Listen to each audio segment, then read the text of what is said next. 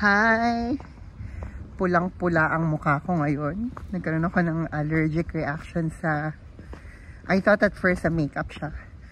Pero hindi pala siya sa makeup. Dun sa serum na ginamit ko. So hanggang leeg yan. At nasa labas pa rin ako dahil birthday ko today at itong kasama ko, may mga pakulo daw siya sa akin.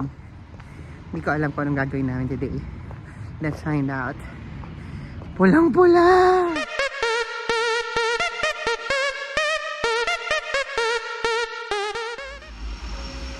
Ayan, kita niyo na ba kung gaano kapula yung mukha ko? Dito kami ngayon sa isang spa. Dinala niya ako sa spa. So we're gonna have a spa day. Ito yung, I guess, surprise niya sa akin. Yung spa na to is a floating spa. Hindi ko alam kung ano yon, pero I guess nasa tubig kami. I hope pwede mag-video pa.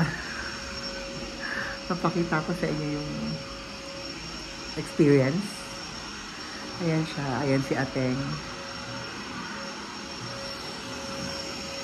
Sana ma-enjoy ko. Kasi kailan naman ako hindi confident sa mukha ko. Ngayon ako magbabasa at whatever. Baka mabura pa yung kilay ko nito. He's got a surprise for me. Like the float room spa. And it's here. Ayan, may pabalon. May pabanderitas pa sila. So, spa siya. Pero float room daw to. So, ito yung shower. Nakikita nyo ba? Tapos, float room siya. Kasi, papasok ako dito. Ayan, papasok ako dito. Tapos, magpo-float ako dyan. And then, mag-relax daw ako. Magnesium filled yung water. As in, punong-puno daw ng magnesium. Wait, punong-puno ng magnesium. So, good for detoxification daw yan. It will help me relax my muscle, even my joints. It's gonna be good for helping me sleep better at night. Sana effective. Pero parang gusto ko ng massage talaga. Pero experience din to, ha? Yung float room na to, ha? Excited ako. Pero hindi ko pwede basain ng magnesium water yung face ko dahil baka daw mas mag-react yung allergy ko. Thank you. Surprise. This is for your ears if you want. Ah, yeah. Okay. Thanks. I don't know if you want to lie on without or with. You can use plug. But we can't be in the same floating room. No, Yeah? You're gonna do the other side? Okay. Meron siyang sariling floating room. See you later. Okay, alright. Okay, enjoy. Doon na siya. Ako dito na ako.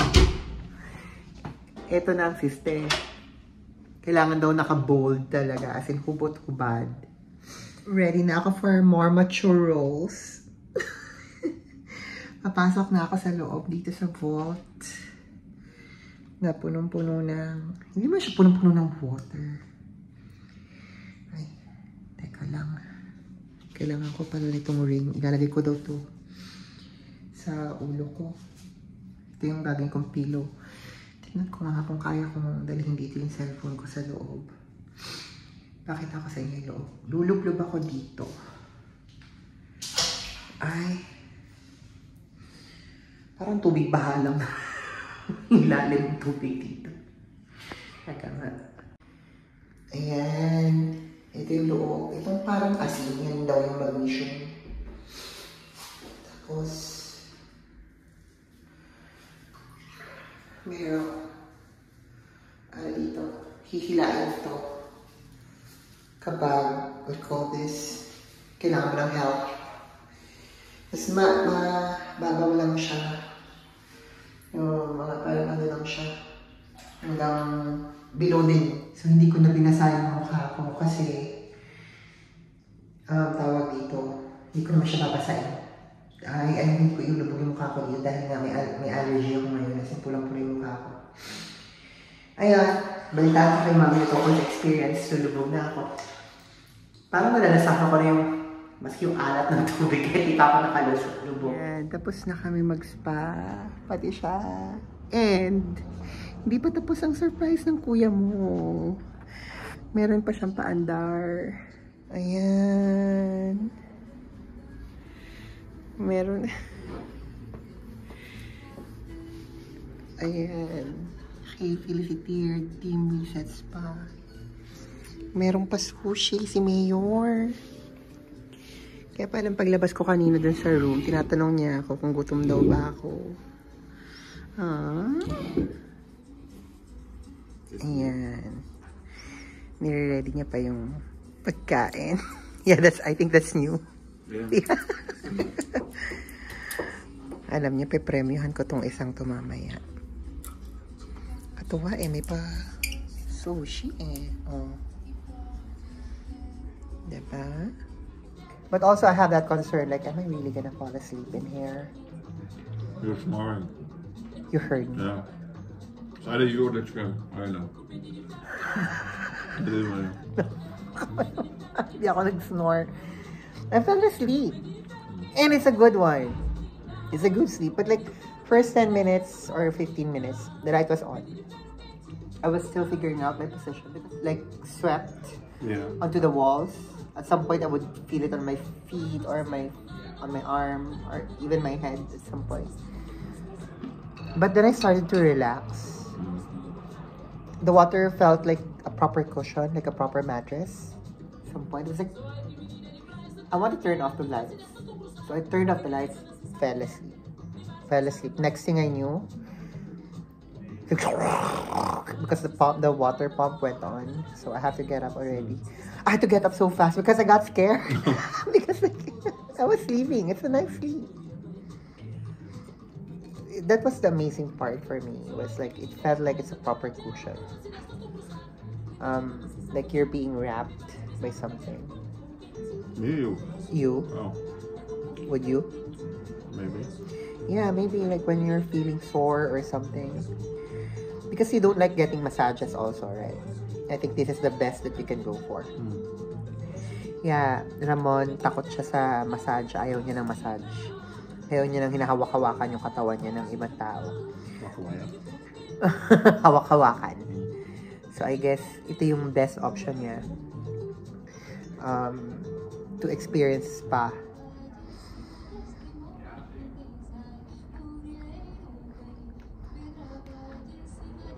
I'm actually glad that Ramon tried this experience also. Kasi number one, takot to lumubog sa tubig eh. As in, hindi siya takot sa tubig, pero takot siyang yung inulubog niya yung ulo, katawan niya hanggang dito sa tubig. Na-figure out ko na meron tong takot talaga kasi mami niya in-explain din sa akin na nung bata pa daw to, pag swimming lesson nila, pag swimming class na nila sa school, ma-absent, ayaw pumasok. So, happy ako na tinry din ni Ramon to kasi number one, takot nga siya lumubog sa tubig. Number two, hindi pa siya nakapag-spa ever in his life. So, it's a good experience for the both of us. Yeah? Tapos na kami kumain. Nagbabayad na si Ramon. Pero pakita ko sa inyo yung place. Try kong umikot. Pakita ko ha. So ito yung pinagkana namin. Ubos. Taob. Ito, akin ata to. Bigay na nila sa akin to. Parang on rubber ducky. Ayan. Chika pa si Ramon. Tapos merong outside seating dito. Ayan, may mga tao pa nga sa labas. Ayan siya. May hammock. And then there's a coffee shop right there. Ayan.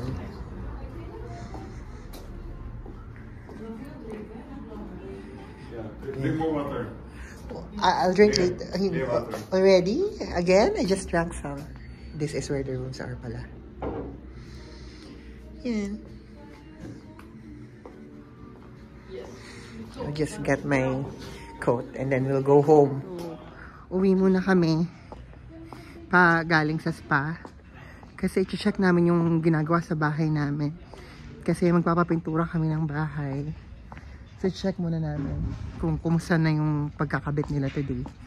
Tapos mamaya, lalabas kami ulit. Ito na, pakita ko yung ginagawa sila sa labas ng bahay namin. Ayan, naglalagay sila ng scaffolding. Tapat ng bahay namin. Sa bahay namin, ayan. Kasi, pipinturahan yan eh. Pipinturahan yung mga wood sa mga windows. Yung door din namin. Ayan, check muna namin siya bago kami lumarga ulit. Check-checkan siya kung ano na yung ginagawa sa pagpipintura. Yung mga bintana lang naman ang pipinturahan. Yung door nga hindi pa tapos eh.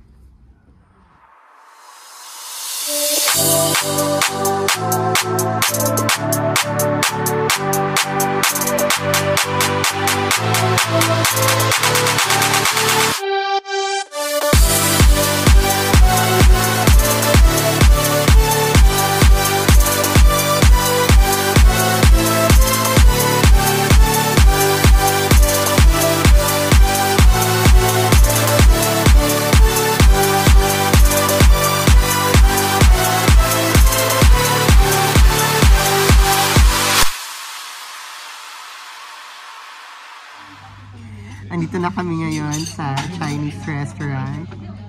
So, pagpunta namin sa bahay kanina, so chinek nga yung ginagawa. Ayun yung kasama ko. Chinek yung ginagawa doon. Tapos may pa-cake si Ramon tsaka si Tita sa akin kanina sa bahay. So, doon na ako nakapag-blow ng birthday cake. Blow ng birthday cake. Nakapag-blow ng birthday candle. Actually, hindi nga siya candle, sparklers lang siya. Tapos andito kami sa Chinese restaurant na paborito ko. Itong restaurant na to, there's nothing fancy about it. Pero yung lasa naman talaga, pakat na pakat. Putok na putok yung veggie nila.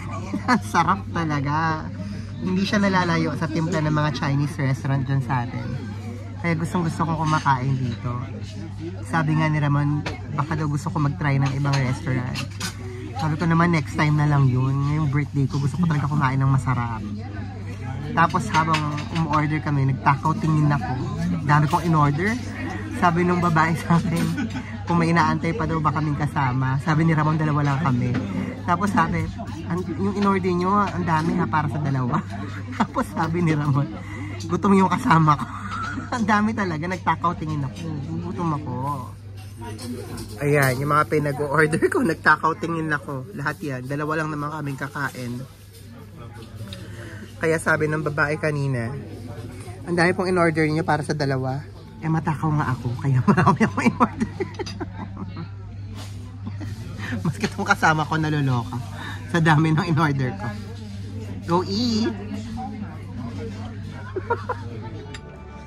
Ayan, to end our day, we are in the cinema. Tapos na kami mag-dinner. So, inaya naman niya ako mag-movie. Yung movie na papanoorin namin. Ang tawag, anong tawag? What do you call this? Sneak night. Sneak night. O, di ba hindi niya na ako nakikita bigla? Sneak night is that you buy a ticket for a scheduled hour, tapos di mo alam kung ano yung papalabas. Ayun. So, this is how I'm gonna end my birthday. In darkness. In the darkness. Nakakainis naman. Pinatay bigla yung ilaw ng screen. Anyway, bubulong na lang ako kasi madilim na. Thank you for watching. Until next time.